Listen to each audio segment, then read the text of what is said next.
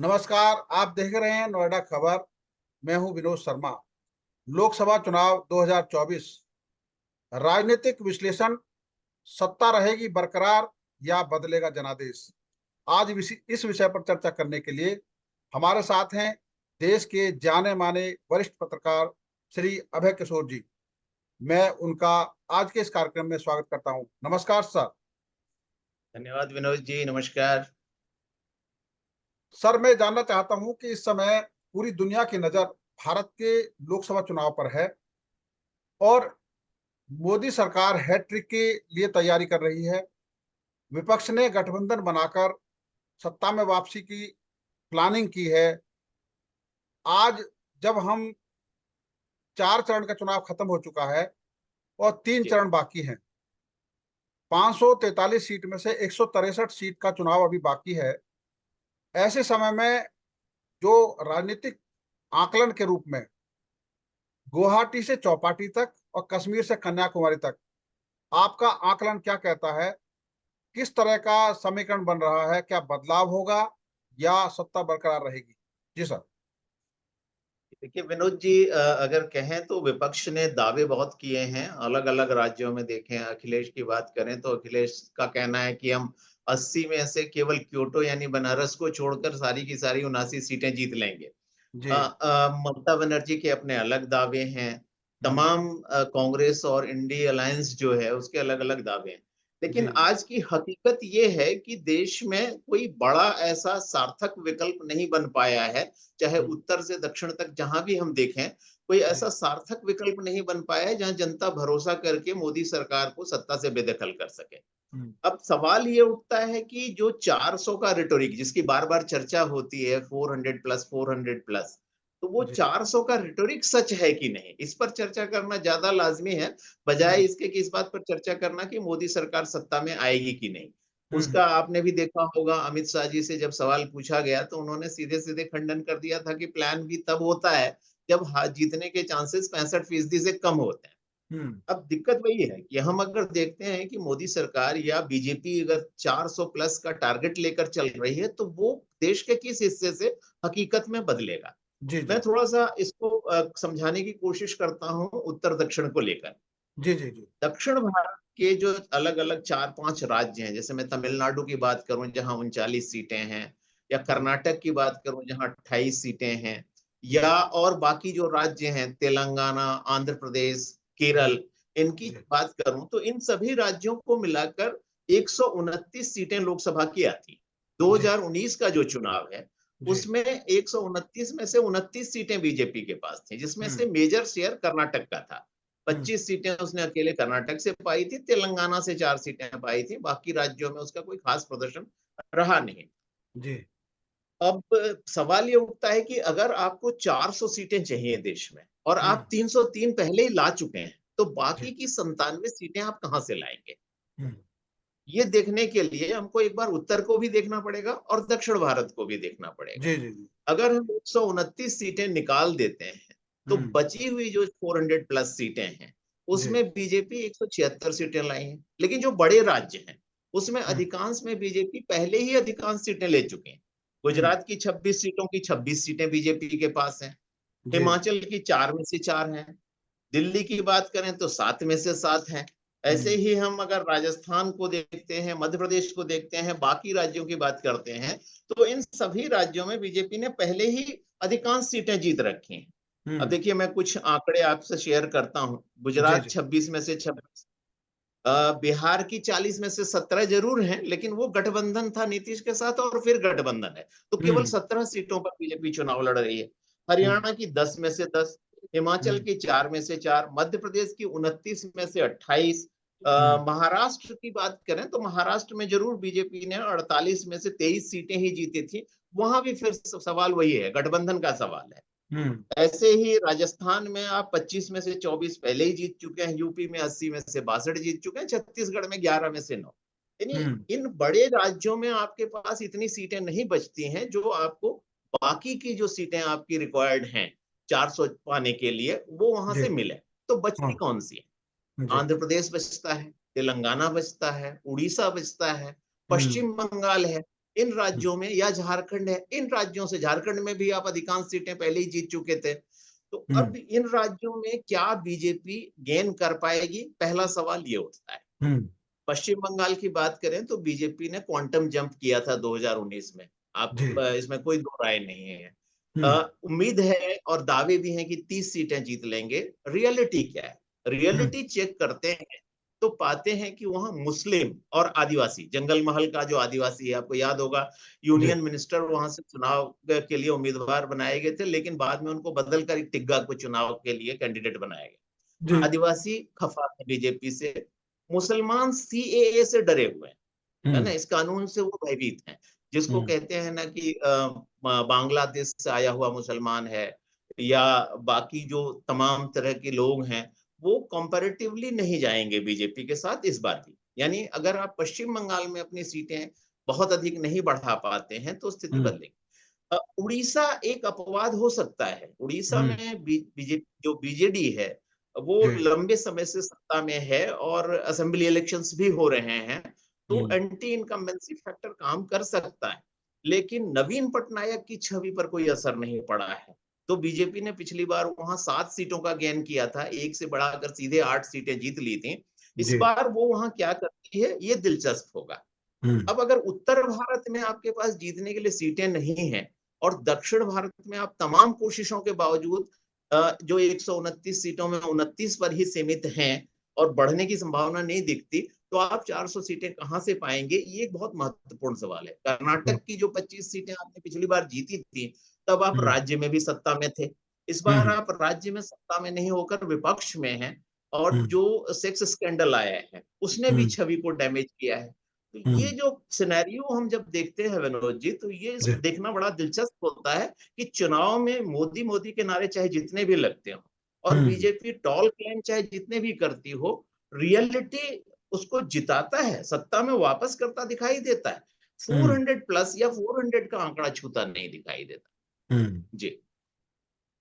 लेकिन एक बात और भी है, जो गठबंधन जिस तरीके से चुनाव से पहले तैयार हुआ था, नीतीश कुमार ने पहल जी। की और उन्होंने जाके महाराष्ट्र में ममता से कई जगह जोड़ने की कोशिश की, और जिस तरीके से तैयारी हुई, आज गठबंधन किस स्थिति में खड़ा है।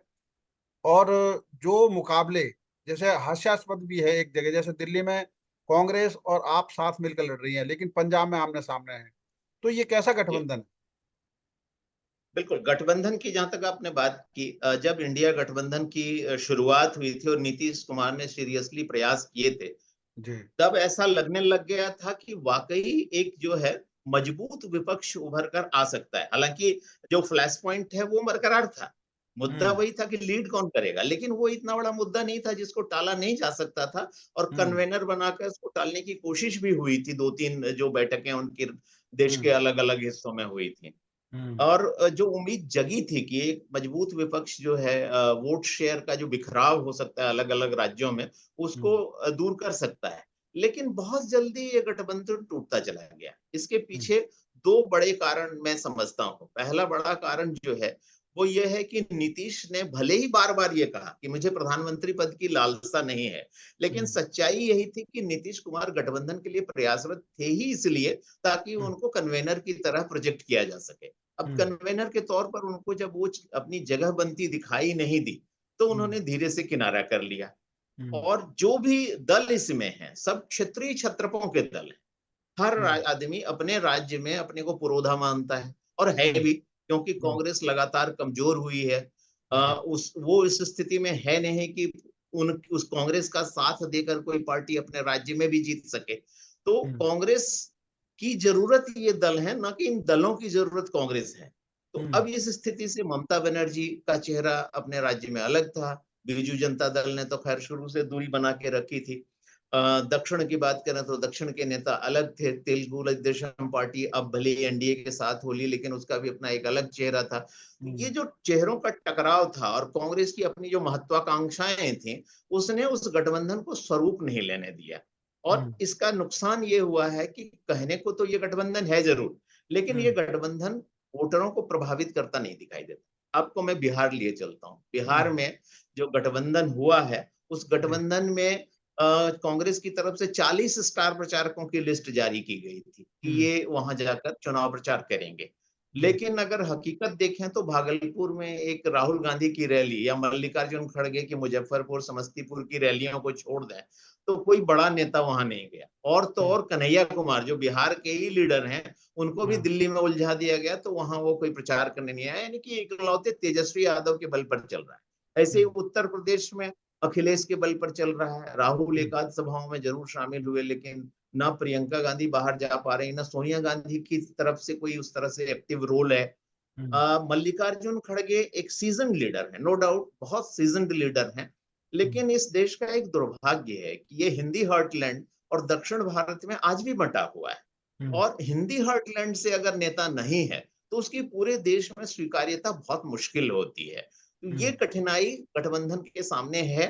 और मुझे ये जरूर लगता है कि गठबंधन जो जहां पर बीजेपी मजबूत स्थिति में है जिन राज्यों में, वहां शायद गठबंधन उसको बहुत चुनौती देने की स्थिति में नहीं आएगा। जी लेकिन कुछ चुनौतियां ऐसी हैं जिसमें वाकई, जैसे अगर हम ऊपर से देखें, कश्मीर है, हिमाचल जी प्रदेश है, वहां पे कांग्रेस की सरकार इस समय है, पंजाब में आम आदमी पार्टी की सरकार है। अगर वहां से देखा जाए तो ये दिल्ली में आम आदमी पार्टी की सरकार है। इनको देखा जाए, उस हिसाब से देखा जाए तो उत्तर भारत के जो ये प्रमुख तीन चार राज्य हैं, इनमें तो बीजेपी का कहीं अस्तित्व दिखाई भी नहीं देता है कि वो वाकई उतना जीत पाएंगे नहीं जीत पाएंगे। तो दक्षिण में तो है ही नहीं, लेकिन उत्तर भारत में भी अगर इन चार जी राज्यों की बात करें तो वहां भी ये स्थिति नजर आ रही है। साथ के साथ में एक चीज और जाना है, बहुजन समाज पार्टी जो कभी इस देश में बड़ी महत्वपूर्ण भूमिका निभाती थी, और जी अभी हाल ही में उन्होंने अपने उत्तराधिकारी को उतारा था, और बीच में ही उनको हटा दिया गया। तो क्या जी लगता है कि जो गठबंधन में अगर बसपा भी शामिल होती तो तस्वीर कुछ और होती? बिल्कुल विनोद जी, आपने बहुजन समाज पार्टी की चर्चा की है और बहुत महत्वपूर्ण चर्चा की है। आप खुद भी चुनावों को देख रहे हैं लगातार। आपने जी जी। देखा होगा उत्तर प्रदेश में खास तौर पे जब जब बहुजन समाज पार्टी गेन करती है, तब हम्म तब नुकसान बीजेपी को होता है। और हम्म। जब जब वो नुकसान में रहती है तो उसका फायदा बीजेपी को सीटों में मिला है। जी शायद उत्तर प्रदेश का जो जातीय समीकरण है वो जी। इसको बहुत बूस्ट करता है। आंकड़ों में देखें अगर, तो हम्म ओबीसी सबसे डोमिनेंट कम्युनिटी है। 42% वोटर लगभग आबादी वहां ओबीसी की है। यादव 11% है। हम्म 5% के करीब कुर्मी हैं। जाट 2% है। अदर ओबीसी जो है 16% है। और हम्म बाकी अगर हम कहें कोयरी, मौर्य, कुशवाहा, सैनी, तो ये 4%।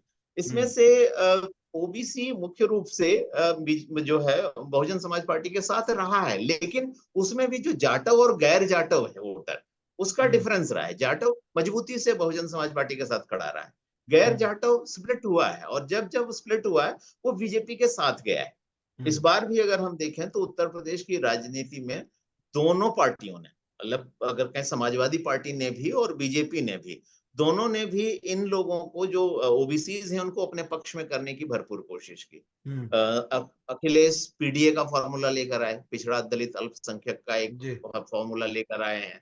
हम्म बीजेपी भी ओम प्रकाश राजभर और तमाम ऐसे नेताओं को अपने साथ जोड़कर कोशिश करती रही है, निषाद को और ओम प्रकाश राजभर को, कि किस तरह से ओबीसी वोटर उसके साथ आए। इसका फायदा उसको पूर्वांचल में तो थोड़ा मिल सकता है, लेकिन जो वेस्टर्न यूपी है या पश्चिमांचल का जो इलाका है, जो मुस्लिम बहुल इलाके हैं या गन्ना किसानों वाले इलाके हैं, वहां उस इसका फायदा बीजेपी को मिल पाएगा ये कहना मुश्किल है। अब हम्म सवाल उठता है कि मायावती मायावती ने चूंकि किसी भी पार्टी को ज्वाइन नहीं किया है, किसी भी गठबंधन के साथ नहीं है, तो हम्म उनके वोटर रहेंगे या जाएंगे, या उनको क्या संदेश है, ये बहुत दिलचस्प रहेगा और चुनावी नतीजों को बहुत प्रभावित करने वाला है। और मुझे लगता है कि मायावती की जो खामोशी है वो कहीं जी। ना कहीं फायदा बीजेपी को पहुंचाएगी। समाजवादी पार्टी को शायद इसका बहुत लाभ नहीं मिल पाएगा। जी हम्म। बिल्कुल ठीक आपने कहा। आप ममता बनर्जी को, जो अभी आपने जिक्र भी किया था कि ममता बनर्जी ने पहले कुछ कहा था, कल फिर बोले कि मैं इनके साथ हूँ, क्या ये रणनीति जी का एक हिस्सा है? क्योंकि वहां पर कांग्रेस इनके सामने लड़ रही है, वामपंथी भी सामने लड़ रही है, और बीजेपी, क्योंकि बीजेपी और टीएमसी का आमने सामने मुकाबला है बंगाल में, तो जो ये बोले गठबंधन में मैं साथ हूं, तो ये क्या रणनीति का हिस्सा है जो इस समय बोली है ये? बिल्कुल। देखिए, मैं अगर हम ममता बनर्जी की बात करें तो ममता बनर्जी पिछले उनके जो व्यक्तित्व को अगर हम देखते हैं या उन्होंने जो पॉलिटिकल डिसीजन समय-समय पर लिए हैं, जी। उसमें वो गठबंधन सरकारों में शामिल भी होती रही हैं और बाहर से भी समर्थन देती रही हैं। हम्म। इस बार भी पहले उन्होंने कहा सभी सीटों पर हम चुनाव लड़ेंगे, कोई अलायंस नहीं करेंगे। अब वो कह रहे हैं कि अगर इंडिया गठबंधन की सरकार बनती है केंद्र में तो हम बाहर से समर्थन करेंगे।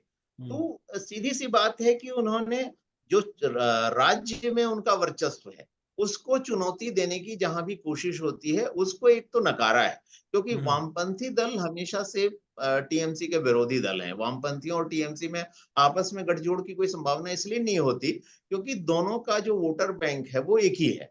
अगर हम्म। वो उसमें आपस में समझौता करते हैं तो दोनों में से किसी एक का वजूद खत्म हो जाना है। तो हम्म। इसलिए वो वामपंथियों के साथ कभी दिखाई दे नहीं सकती। हम्म। कांग्रेस से उनको परहेज नहीं है, लेकिन अगर कांग्रेस वामपंथियों के साथ खड़ी है और हम्म। कांग्रेस का वोट बैंक और माया इसका ममता बनर्जी का वोट बैंक एक ही है, तो फिर दोनों को साथ लड़ने में बहुत लाभ नहीं दिखाई देता। शायद इसलिए उन्होंने वो दूरी दिखाई भी है।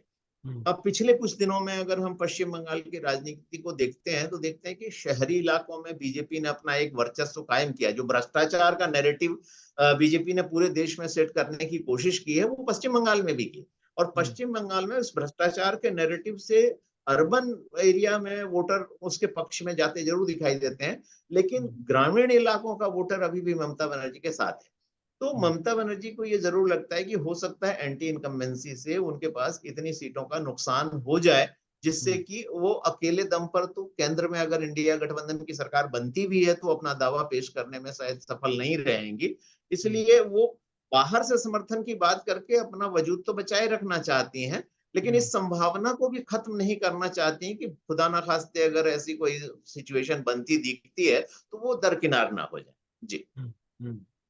एक और बड़ा महत्वपूर्ण सवाल है कि 2003 से 4 से 13 तक, मतलब 10 साल कांग्रेस का सरकार रही मनमोहन सिंह के नेतृत्व में, और 2014 से अब 24 तक मोदी सरकार रही है। इन दोनों सरकारों के कार्यकाल को आप अगर तुलना करें तो किस तरीके से देखते हैं? देखिए, किसी भी सरकार के समय की अगर हम तुलना करते हैं तो अलग-अलग 4 एस्पेक्ट से उनकी तुलना की जानी चाहिए। जी। जी। पहला राजनीतिक परिदृश्य होता है, हम्म। दूसरा आर्थिक परिदृश्य होता है, तीसरा जी। सामाजिक है और हाँ। चौथे को हालाँकि हम अगर कहें तो उतनी चर्चा नहीं होती, लेकिन विदेशों से संबंध या राजनयिक परिदृश्य जो होता है उसकी भी चर्चा की जानी चाहिए। जी। जी। अगर हम मोदी सरकार की मनमोहन सिंह सरकार के समय से तुलना करते हैं, तो ये हम ज़रूर पाते हैं कि 2004 से 14 का जो समय था जी। राजनीतिक रूप से, हम्म। वो मोदी के सरकार से तुलना करते हैं, तो वो पहला जो कार्यकाल मनमोहन सिंह के समय या यूपीए 2 का रहा है, जी। उसमें धार्मिक असहिष्णुता इतनी ज़्यादा नहीं रही। समाज में वैमनस्य नहीं था, समाज जो है कंपैरेटिवली एक प्रगतिशील समाज की तरफ जा रहा था और ध्रुवीकरण जिस तरह से आज हमें दिखाई देता है धर्म के आधार पर, वो ध्रुवीकरण इतना तगड़ा नहीं था। हम्म। लेकिन क्षेत्रीय दलों ने उस दौरान जो लूट-खसोट मचाई, उससे गठबंधन जो है वो काफ़ी प्रभावित हुआ। और हम्म। भले ही केंद्र की सरकार ने भ्रष्टाचार में सीधे-सीधे उसकी संलिप्तता न रही हो, लेकिन जो क्षेत्रीय दल साथ आए थे, उन्हें लगा कि शायद ये अवसर दोबारा नहीं मिलेगा, तो जितना धन इकट्ठा कर सकते हैं, कर लो। ये जो हम्म। सोचा था, उससे वो सरकार काफ़ी बदनाम हुई और इकोनॉमी पर भी उसका बहुत व्यापक असर पड़ा।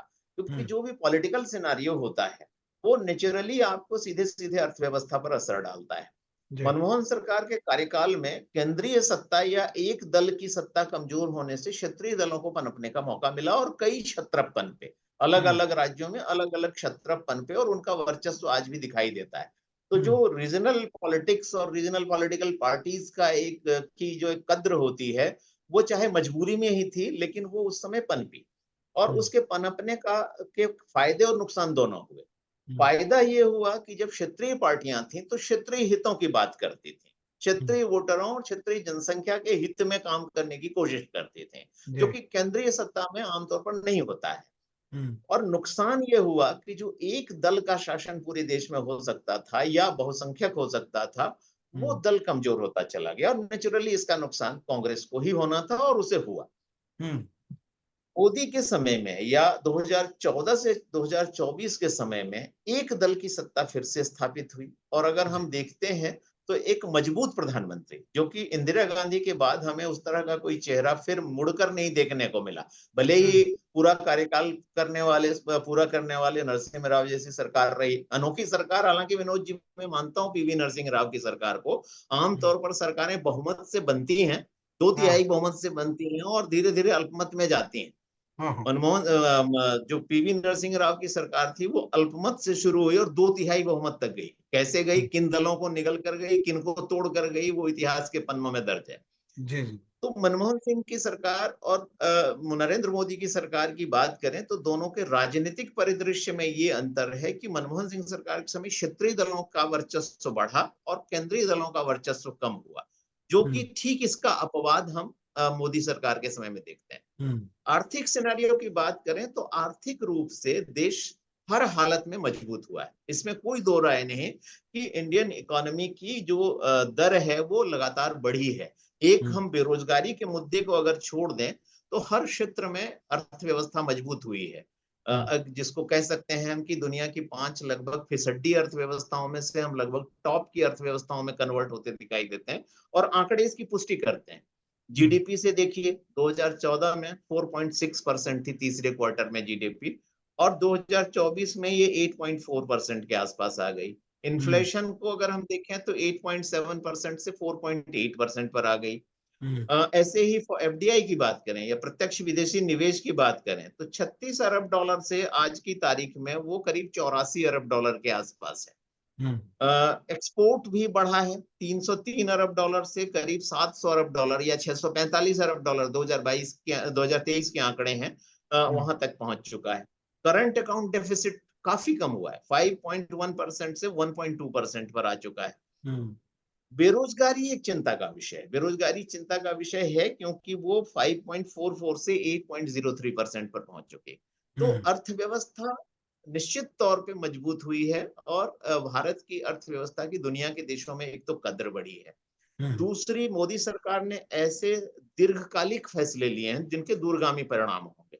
जैसे मैं चाबहार एयरपोर्ट जो बंदरगाह है, पोर्ट ईरान का, उसकी बात करूं, उसका जो स्वामित्व भारत सरकार ने लिया है उसके आर्थिक लाभ भी हैं और रणनीतिक लाभ भी हैं, क्योंकि आप अपने एक शत्रु देश के पीछे एक तीसरे देश का एक ऐसा बंदरगाह हासिल करने में सफल रहे हैं जो मध्य पूर्व और यूरोप तक आपके व्यापार के लिए एक पोर्ट टाउन की तरह भी काम करेगा। अफगानिस्तान और सेंट्रल एशिया में आपके सामान की पहुंच भी बढ़ाएगा और साथ ही पाकिस्तान पर और चीन पर दबाव बनाकर भी रखेगा। तो ये आर्थिक रूप से देश मजबूत हुआ है, जो कि मनमोहन सिंह की सरकार के समय में हमें नहीं देखने को मिलता। तीसरा, सामाजिक जो ताना बाना है उसकी चर्चा करें तो सामाजिक ताना बाना निश्चित तौर पे कमजोर हुआ है। हम भले ही जाति के दलदल में फंसे हुए तब भी थे, आज भी जातिगत जनगणना की बात की जाती है। मंडल कमीशन के समय ही जाति का जो चिन्ह था वो जो निकला वो पीछे मुड़कर नहीं गया, लेकिन धर्म के आधार पर जो ध्रुवीकरण है वो भारत की छवि के लिए और देश के उज्जवल भविष्य के लिए कहीं ना कहीं नुकसान पहुंचाएगा। हम बहुसंख्यक के प्रतिशोध की बात करते हुए देश को आगे नहीं ले जा सकते, थोड़ी देर के लिए खुश जरूर हो सकते हैं। ये एक अंतर है और मैं समझता हूं कि नरेंद्र मोदी इतने परिपक्व नेता तो हैं ही कि राजनीतिक लाभ लेने के बाद इसको जो है इसके विष को कम करने के लिए कोई ना कोई प्रयास जरूर करेंगे। अब चौथा और सबसे महत्वपूर्ण अंतर रह जाता है राजनयिक या विदेशों से संबंध। जी। ये जो है ये एक चिंता का विषय बनता जा रहा है, क्योंकि एक समय में जो मनमोहन सिंह की सरकार थी उस समय पड़ोसी देशों से, पाकिस्तान को अपवाद के रूप में हम ले लेते हैं, लेकिन पड़ोसी देशों से भारत के संबंध तुलनात्मक रूप से बेहतर हुआ करते थे। आज हमारे पड़ोसी देशों की स्थिति क्या है? नेपाल हमारे साथ नहीं खड़ा है। बांग्लादेश के प्रधानमंत्री और वहां की सरकार जरूर भारत हितैषी हैं, लेकिन इंडिया आउट कैंपेन चलाने की वहां कोशिश की जा रही है। श्रीलंका में सरकार भारत विरोधी लगातार रही थी, अब भले ही उसको अपनी विवशताओं में भारत के साथ आना पड़ रहा है। बहुत छोटा सा द्वीप मालदीव है, लेकिन वो जिस तरह से आंखें तरेर कर बात करता है उसकी हिम्मत नहीं हो सकती। तो ये कहीं ना कहीं हमारी राजनयिक मोर्चे पर थोड़ी विफलता दिखाई देती है और इसे हमें जो है अरेस्ट करने की या इसको काबू पाने की बहुत आवश्यकता है।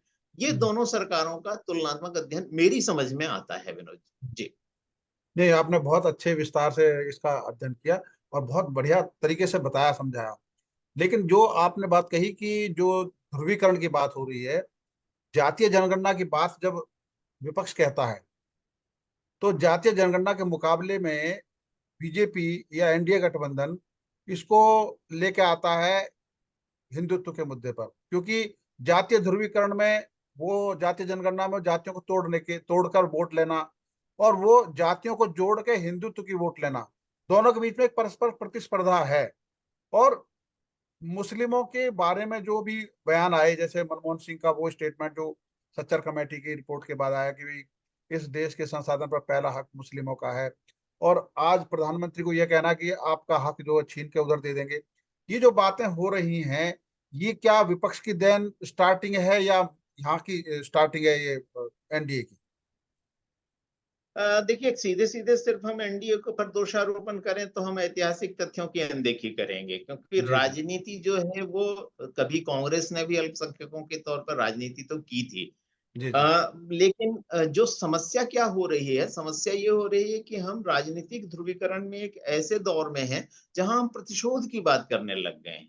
हम्म हिंदुत्व के नाम पर ध्रुवीकरण अच्छी बात है, मैं नहीं इसका विरोध नहीं कर सकता। देश की बहुसंख्यक आबादी अगर हिंदू है तो हिंदू धर्म ग्रंथों का आदर हो, हिंदू धर्म स्थलों का आदर हो, इसमें कोई दो राय नहीं। हम्म किसी भी देश में, हम दूसरे देशों में भी जाते हैं तो जो वहां की बहुसंख्यक जनसंख्या होती है, उसकी जो संस्थाएं होती हैं या उनका जो विचार होता है या धार्मिक सोच होती है, उसका आदर किया जाता है। जी। लेकिन हम अतीत के पन्नों से उसको करेक्शन की ओर अगर हम ले जाने की बात करेंगे तो शायद सच नहीं करेंगे।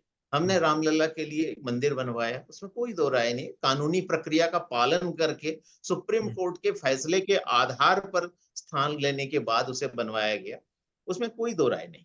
लेकिन अब अगर हम बार बार हर जगह की बात करें, मथुरा की बात करें, काशी की बात करें, हर एक उस स्थान की बात करें जहां मस्जिद है, और हम ये अप्रत्यक्ष तौर पर इस फीलिंग को बढ़ावा दें कि जहां जहां जो है किसी धर्मस्थल को तोड़कर दूसरा धर्मस्थल बनाया गया था, हम उसको रिवर्ट करेंगे। तो ये रिवर्सल जो है, मैं समझता हूं कि एक भय की भावना को जन्म देगा, और ये हम्म भय कतई अच्छा नहीं हो सकता। देखिए, हम्म हिंदू बहुसंख्यक है या मुसलमान अल्पसंख्यक है या जैन कम है या पारसी कम है, ये सोच लेकर हम देश को आगे अगर ले जाने की कोशिश करेंगे तो इस चीज को नेग्लेक्ट नहीं कर सकते कि तकरीबन 14% मुसलमान इस देश में आज भी रहते हैं, जो संख्या करोड़ों में जाती है। तो हम्म हम कैसे किसी भी वर्ग को एलिनेट कर सकते हैं? हम हम्म उस वर्ग को विश्वास में लेकर चलें। हम कोशिश करें कि एक ऐसी समानता का के आधार पर जो है देश आगे बढ़े, तो वो हम्म एक दीर्घस्थायी व्यवस्था है। वरना हम कटुता और वैमनस्य के एक ऐसे दौर में प्रवेश कर जाएंगे जो हम्म तात्कालिक तौर पर तो चुनावी फायदे दिला देगा, पॉलिटिकल फायदे दिला देगा, लेकिन हम हम्म उसको सस्टेन नहीं कर पाएंगे। कुछ समय हम्म बाद एक ऐसी स्थिति आएगी जब आदमी इससे ऊब जाएगा। हम पाकिस्तान की तरफ अगर आप देखें, आप भी मीडिया को फॉलो करते होंगे, जी। पाकिस्तान का आम आदमी आज हम्म कश्मीर के रेटोरिक से थक चुका है, हम्म भारत के प्रति शत्रुता के भाव से थक चुका है। वो इस हम्म गाने को सुन सुन कर भी थक चुका है कि भारत ने जो है पाकिस्तान के दो टुकड़े कराए थे और एक अलग देश बना दिया था। आज हम्म वहां का युवा बात क्या करता है? आज वहां का युवा, वहां के सांसद, वहां के जनप्रतिनिधि, वहां का व्यापारी वर्ग भारत की प्रगति, उन्नति, आर्थिक जो उसकी मजबूती है, उसकी बात करता है। तो एक समय अपने देश में भी अगर हम इस तरह का धार्मिक ध्रुवीकरण करने की कोशिश करेंगे या जातीय ध्रुवीकरण करने की कोशिश करेंगे, तो एक चुनाव, दो चुनाव, तीन चुनाव, 10 साल, 15 साल, 20 साल हो सकता है वो हमें फायदा पहुंचाए, लेकिन हम्म अंत में एक ऐसी स्थिति आ जाएगी जहां आदमी उससे थक जाएगा और आपको उसका कोर्स करेक्शन करने के लिए बाध्य होना पड़ेगा। लेकिन तब तक आप देश को 50 साल पीछे ले जा चुके होंगे, और हम्म ये विश्व स्तर पर भी भारत की छवि को नुकसान पहुंचाएगा। इसलिए मुझे लगता है इससे गुरेज करना चाहिए। हम्म। जो 10 साल में कई ऐसे मामले हुए हैं जिसपे मोदी की गारंटी की बात चलने लगी, और वो अपने भाषणों में इसी बात को इस्तेमाल करते हैं कि मोदी की जो गारंटी है, और विपक्ष ने भी गारंटी की बात की। तो मोदी की गारंटी में जैसे धारा 370 है, राम मंदिर है, तीन जी। तलाक का मामला है, इस तरह के जो डिसीजन लिए गए, क्या ऐसे बोल्ड डिसीजनों से विश्वसनीयता बढ़ती है, या इसमें भी कहीं ना कहीं लगता है कि ये समाज में कुछ इस तरह की डिसीजन है जिसमें एक तरफा डिसीजन लिए जा रहे हैं? जी। विनोद जी, अगर आप नरेंद्र मोदी जी के गुजरात में मुख्यमंत्री के रूप में कार्यकाल को देखें या केंद्र में प्रधानमंत्री के रूप में उनके कार्यकाल को देखें, तो जी। आप पाएंगे कि हर चुनाव में एक नया नारा देकर, एक नया रेटोरिक क्रिएट करके नरेंद्र मोदी ने चुनाव लड़ा है। 2014 में उन्होंने सबका साथ सबका विकास की बात की। 2019 में उन्होंने विश्वसनीयता की बात की, मोदी है तो मुमकिन है की बात की। 2024 में आने के बाद उन्होंने फिर एक नया रेटोरिक क्रिएट किया है और ये तीनों बातें जो हैं वो बहुत कैलकुलेटेड है। देखिए, मीडिया का उपयोग करने की बात हो या वोटर के सेंटिमेंट को कैच करने की बात हो, पॉलिटिकल मैनेजमेंट की बात हो, प्रधानमंत्री नरेंद्र मोदी और अमित शाह से बड़े स्ट्रेटेजिस्ट और नैरेटिव सेटर कोई नहीं है। तो इस स्थिति की अगर हम देखें तो इसमें कोई दो राय नहीं कि जो प्रधानमंत्री नरेंद्र मोदी अलग अलग नैरेटिव सेट करने की कोशिश करते हैं और विश्वसनीयता की बात करते हैं, वो विश्वसनीयता उन्होंने काफी हद तक कायम की है और जहां नहीं कर पाए उसको एनकैश करने में विपक्ष असफल रहा है। वो शोर मचाता रहा है, लेकिन नरेंद्र मोदी और अमित शाह की जोड़ी ने उसको सफलतापूर्वक जो है कर्टेल कर दिया है। अब रही बात अलग अलग गारंटी की कि हमने साहब चुनावी वादे किए थे, उसको पूरा किया। धारा 370 जिसे कहा जाता है, यानी संविधान के अनुच्छेद 370 या कश्मीर के स्पेशल स्टेटस को खत्म करने की बात की जाती है, ये वादा बीजेपी का था, बीजेपी ने उसे पूरा किया। राम मंदिर का वादा बीजेपी का था, उसने उसे पूरा किया। यूनिफॉर्म सिविल कोड, अब ये एक बड़ा मुद्दा है जिसको अभी बीजेपी पूरा नहीं कर पाई और मैं समझता हूँ, मुझे तो विनोद जी आश्चर्य हुआ, मुझे तो लगा था शायद 2024 के चुनाव में इस वादे को प्रमुखता से उठाया जाएगा, लेकिन मालूम नहीं क्या सोचकर बीजेपी के जो स्ट्रेटेजिस्ट हैं या नरेंद्र मोदी हैं या अमित शाह हैं, उन्होंने इस पर बहुत ज्यादा जोर नहीं दिया है यूनिफॉर्म सिविल कोड पर, लेकिन वो एक वादा अभी अधूरा है। अब धारा 370 की बात अगर करें तो वो निश्चित तौर पे एक अचीवमेंट तो है, क्योंकि पूरे देश से अलग कश्मीर को एक स्पेशल स्टेटस, ठीक है, एक एग्रीमेंट के तहत हुआ था, लेकिन उसको दिए रहने से एक जो भाव था कि बाकी के देश के साथ उसका विकास नहीं हो पा रहा है, कि बहुत सारे बंधन थे, जमीनें नहीं खरीदी जा सकती, इंडस्ट्री सेट नहीं की जा सकती, तो वो चीजें जो है वो कमजोर हो रही थी और उससे उसका फायदा हुआ। लेकिन इसका दूसरा हिस्सा थोड़ा कठिन हो गया है। जो लद्दाख को आपने एक यूनियन टेरिटरी बनाया है, वहां उसका बड़ा विरोध हो रहा है और उसको समय रहते काबू पाने की जरूरत है, क्योंकि वो चीन के साथ लगता हुआ बॉर्डर इलाका है, तो वहां उस पर काबू पाने की जरूरत है। राम मंदिर और रामलला की स्थापना एक बहुत बड़ा कदम तो नो डाउट बीजेपी ने किया है पूरा, और इसका एक सकारात्मक असर पड़ा है। लेकिन अगेन मैं वापस दक्षिण और उत्तर के डिवाइड पर आता हूँ। उत्तर भारत और दक्षिण भारत, जिसकी मैं बात शुरू में आपसे कर रहा था कि 129 सीटें जो दक्षिण के 5 राज्यों में हैं, उसको जीते बिना या वहां अपनी मेजोरिटी बढ़ाए बिना बीजेपी 400 प्लस तक नहीं पहुंच सकती। तो दक्षिण भारत में राम एक प्रभावी मुद्दा नहीं है। राम उस तरह से दक्षिण भारत के आराध्य नहीं है जैसे कि उत्तर भारत के आराध्य।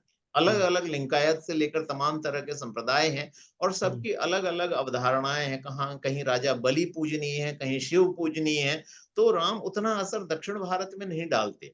उसकी तुलना में क्षत्रिय जो क्षत्रप हैं वो वहां ज्यादा फायदा पहुंचाते हैं, क्षत्रिय मुद्दे पहुंचाते हैं, और बीजेपी खुद इस बात को जानती है।